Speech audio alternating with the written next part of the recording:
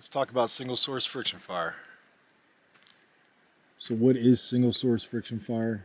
Both your spindle and your hearthboard come from a single source of wood. And in this case, probably the most ideal friction fire wood, sodal.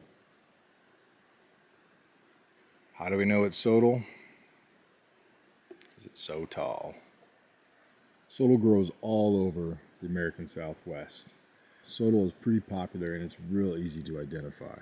Sodal has green leaves that look very similar to yucca. These leaves are all toothed. They have little spikes, little teeth on them that are in the shapes of a cat's claw.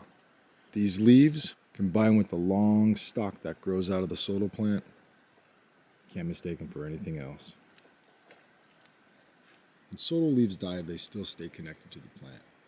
They fall to the bottom, creating a nice little protective layer, and the new, greener leaves stay up top, catching the sun's rays. The very tops of sodal, so easy to identify. It's nice and big and flowery, and when dead, like you see in front of you, it still holds its original form.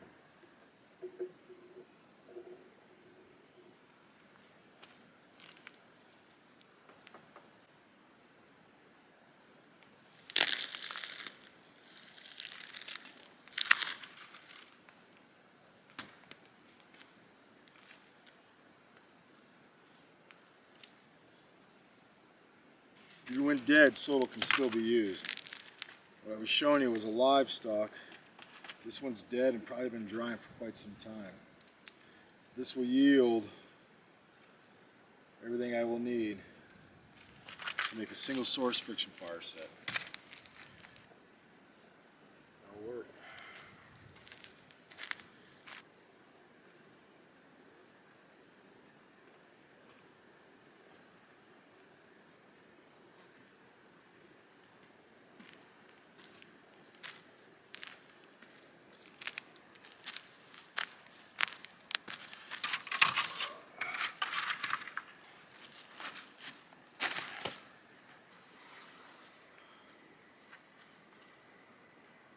Shape sodal into just a workable piece. A couple things you gotta watch out for. First, on some pieces of sodal, you'll find these holes, and that's from some sort of worm or insect that's just boring in there, and that can definitely create some issues when you're trying to work a piece, but it's not a game ender. So for this, I want to focus on doing the spindle first. Shaping a spindle is pretty important. Clearly we have a little bit thinner end up here. I just like to give it a little bend test. When you get to the end and it breaks, you don't want to use that for a spindle. It's going to require some effort to snap it between your fingers, but as you move down, you can kind of say this is probably the strongest tip end of that spindle. Fortunately, since sodal's so long, you can really cut the size spindle that you want. I'm going to just go 1 arm's length and cut it here.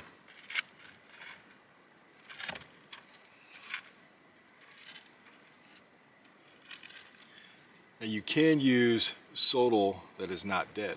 It will still work. It just can't have any flowers on the top. That means there's probably still some moisture on the inside. It could present some problems. Give it a pop. I know you're thinking, wow, it's a really big, long, fat spindle, and still got a little bit more shaping to do. Now, I'm not going to be using the entire spindle. I'll probably use a majority of this section down here, but I always want to cut it a little bit bigger and then reshape it as needed. This is where the flowers actually connect to the top of the sodal. They come out like this, and they create that bushel, that bundle. So I need to remove these, and I don't want to use my knife necessarily up front, but I want to try and grind these down and then later transition to my knife.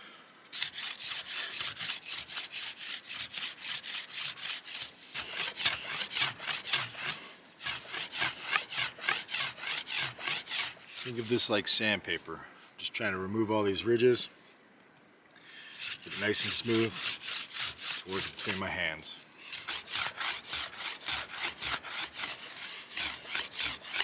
Once you have your spindle in that rough phase, you go to your blade. Finalize that top. Get that proper distance. This is where you're going to shape it down. This is where you want to go for that comfort in the hand. Thinning it. I'm trying to make it as symmetrical as possible as far as the diameter. You can see I've got a little bit of a wave, so I focus on taking out those high points, and that's going to reduce it down.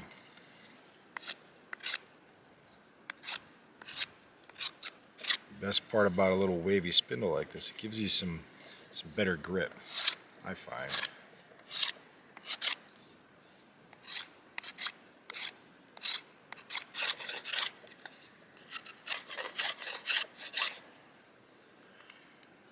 Shape your tip.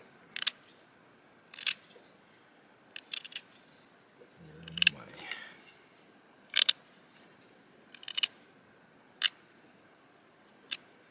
That'll definitely spin well. Give it a final sanding on a few rocks. Grab really anything. A piece of sandstone.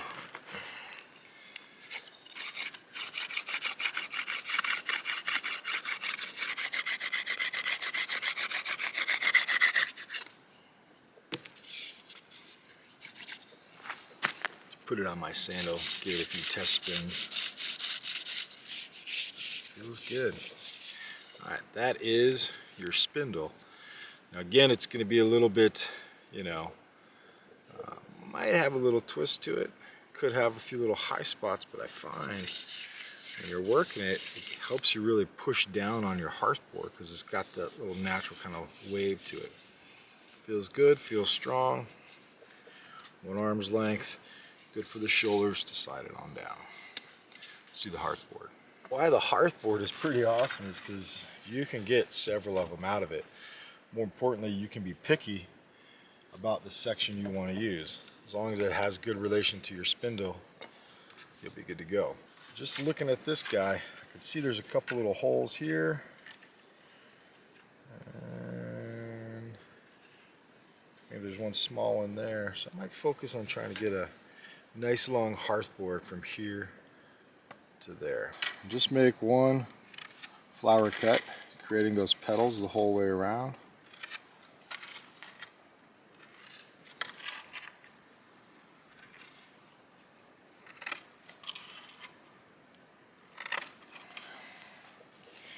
A little pop over my knee. A flower, and there's my stem on that flower cut.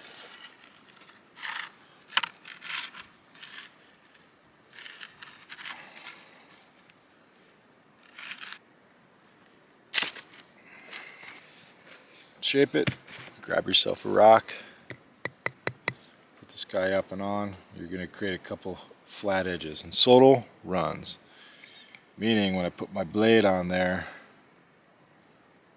give it a few taps, you can see how it starts to run. Follow that crack. I don't want to push my knife into my hand. All I'm going to do is twist it.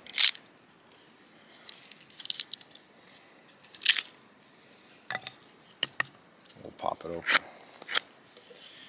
A little bit of cleaning. Once you have one flat side, create another flat side just by shaving. Create a top side, get those two to match.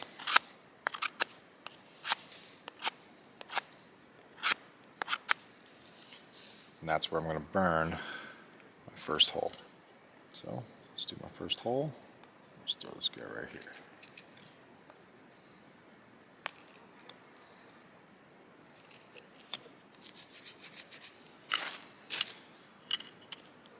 Nice flat base. I've crafted wood on the bottom.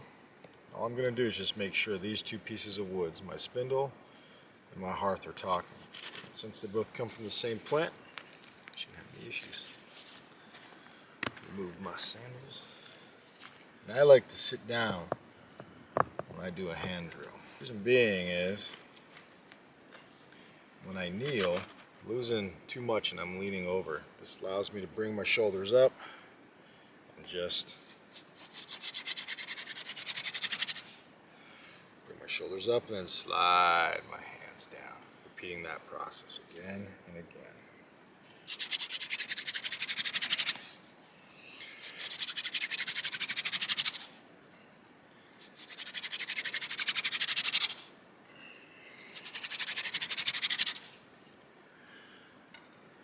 And that, definitely have a connection between these two pieces of wood. Did my first burn.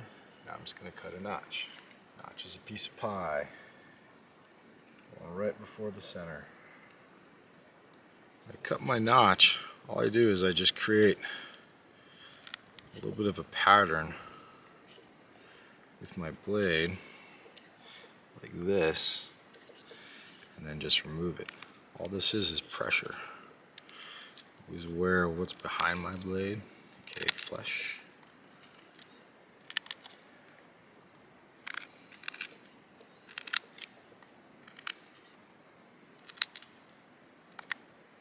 Once I've got my notch cut, I always take my blade and I press the sides like this. I press these sides, making them nice and smooth. I don't want any of that coal or that black dust to get caught up in its travels to the bottom. And then I have my notch. So I've got my loose bundle, and then I've got some shredded yucca fibers. And that's going to be my tinder bundle. Use this little rock as my coal catch. Nice and flat. It holds it in place. A little spit.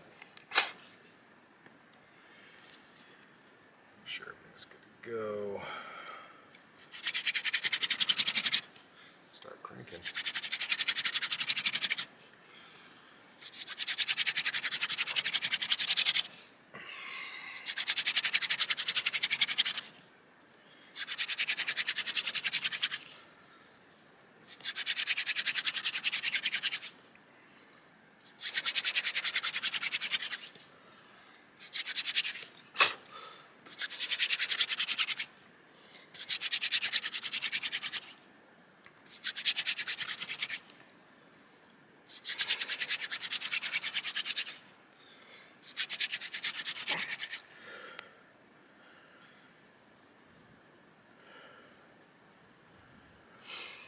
This is important. Put my finger down the board, I remove the spindle. My finger keeps the pressure. I never flick a coal out of the notch. It's a bad habit. Take a single stick, put it right over the top, and I roll the board away, breaking the connection. Once I have my coal, start my transfer.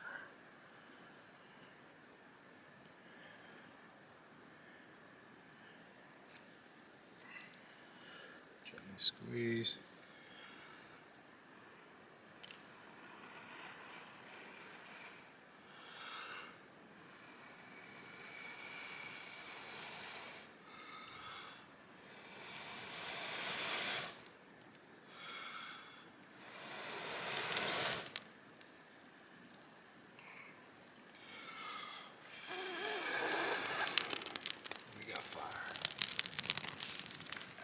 Pieces, any broken solder pieces.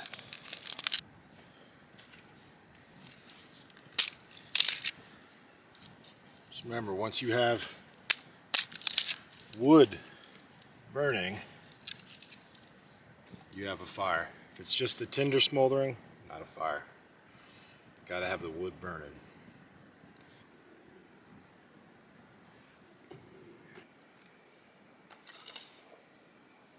So when you are, you're out and about and you're trying to figure out what's going to be the best wood, and maybe only one is really presenting itself. And if it falls within that kind of softer softer wood, if you will, try doing a single source friction fire. You know, yucca, sodal, you know, those are great options because the diameter of the wood is already a little bit thinner, as you can see, just from the spindle and even this hearthboard. When you get into things like cottonwood or basswood or even some of the poplars, you know, you're working with bigger pieces of wood. It just requires more shaping. But a wood on wood, a single source of wood, will definitely work on itself. As you fall within some of those harder woods, you'll run into a little bit more trouble, but give it a shot. Single source friction fire, it's not a bad thing to know. It's not a bad thing to consider, depending where you're at in the world, what you're trying to achieve, kind of what your adventure looks like. All right, appreciate you watching. I'll see you in the bush.